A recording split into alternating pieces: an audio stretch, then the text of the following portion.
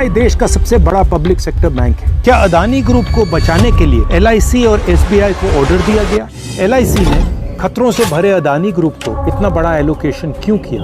Private fund managers जो ज्यादा risk लेते हैं उन्होंने भी ये नहीं किया। जब इन बातों से पर्दा उठेगा तो पता चलेगा कि उनके फायदे में न सिर्फ आपका लेकिन देश का कितना बड़ा नुकसान हुआ। गौतम अडानी पर बड़े कर्जे बकाया है।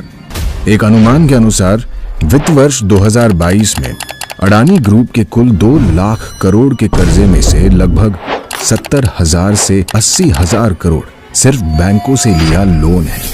इसमें सबसे ज्यादा 27,000 करोड़ रुपए की देनदारी एसबीआई की है, 5,500 करोड़ रुपए बैंक ऑफ बड़ौदा का लोन और एलआईसी का अडानी ग्रुप के डेट और इक्विटी में 36,474.78 करोड़ रुपए का एक्सपोजर है।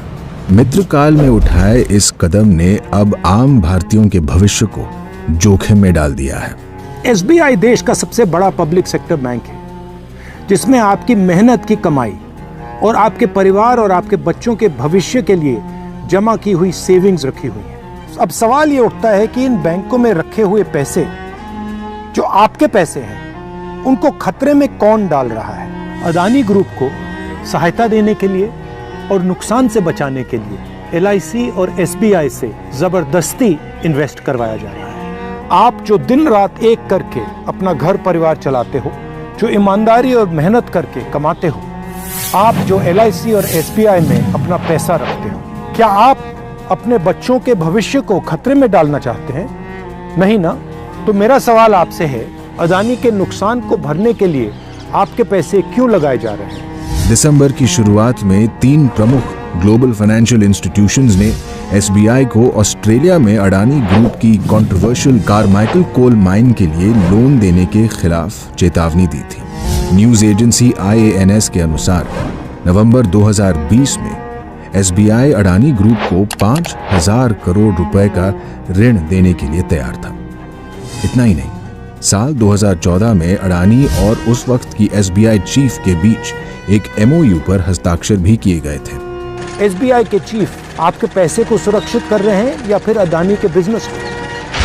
भारत की सबसे बड़ी सार्वजनिक बीमा कंपनी एलआईसी का अडानी समूह में पूरे बीमा इंडस्ट्री के कुल निवेश का 98% से अधिक हिस्सा है। एलआईसी ने खतरों से भरे अदानी ग्रुप को इतना बड़ा एलोकेशन क्यों किया? प्राइवेट फंड मैनेजर्स जो ज्यादा रिस्क लेते हैं उन्होंने भी ये नहीं किया। क्या ये पीएम का कर्तव्य नहीं कि एलआईसी जैसे फाइनेंशियल इंस्टीट्यूशंस का पैसा सुरक्षित रहे? हिंडनबर्ग की रिपोर्ट आने के बाद एलआईसी के शेयर्स की कीमत 50,000 करोड़ रुपए की थी। क्या पीएम 24 जनवरी 2023 के बाद अदानी में निवेश से एलआईसी को हुए असली नुकसान की सच्चाई बताएंगे? एलआईसी के इन्वेस्टमेंट के बाद घबराए हुए अदानी की रिटेल इन्वेस्टर्स की परेशानियों को कम करने के लिए पीएम क्या कर रहे हैं? ये कोई रहस्य नहीं है कि अडानी ग्रुप ने शेल कंपनियों के एक विशाल चक्रव्यूह का इस्तेमाल करके सामूहिक रूप से अडानी की सार्वजनिक लिस्टेड और प्राइवेट कंपनियों में अरबों डॉलर्स का लेन देन किया और ये अपने व्यापार की साफ जानकारी दिए बिना किया गया है। अदानी ग्रुप के खिलाफ फ्रॉड, मनी लॉन्ड्रिंग, शेल कंपनियों का उपयोग करने के आरोप लंबे समय से लगते आ रहे हैं। 4 इन्वेस्टिगेशंस हुए हैं, इनमें से एक सेबी ने की। इन शेल कंपनियों के पीछे कौन है? जब मार्केट में अदानी ग्रुप की शेयर की कीमत उनके इशू वैल्यू से भी नीचे गिर रही थी, फिर भी एलआईसी और एसबीआई ने एफपीओ में पैसा निवेश किया। क्या अदानी ग्रुप को बचाने के लिए एलआईसी और एसबीआई को ऑर्डर दिया गया?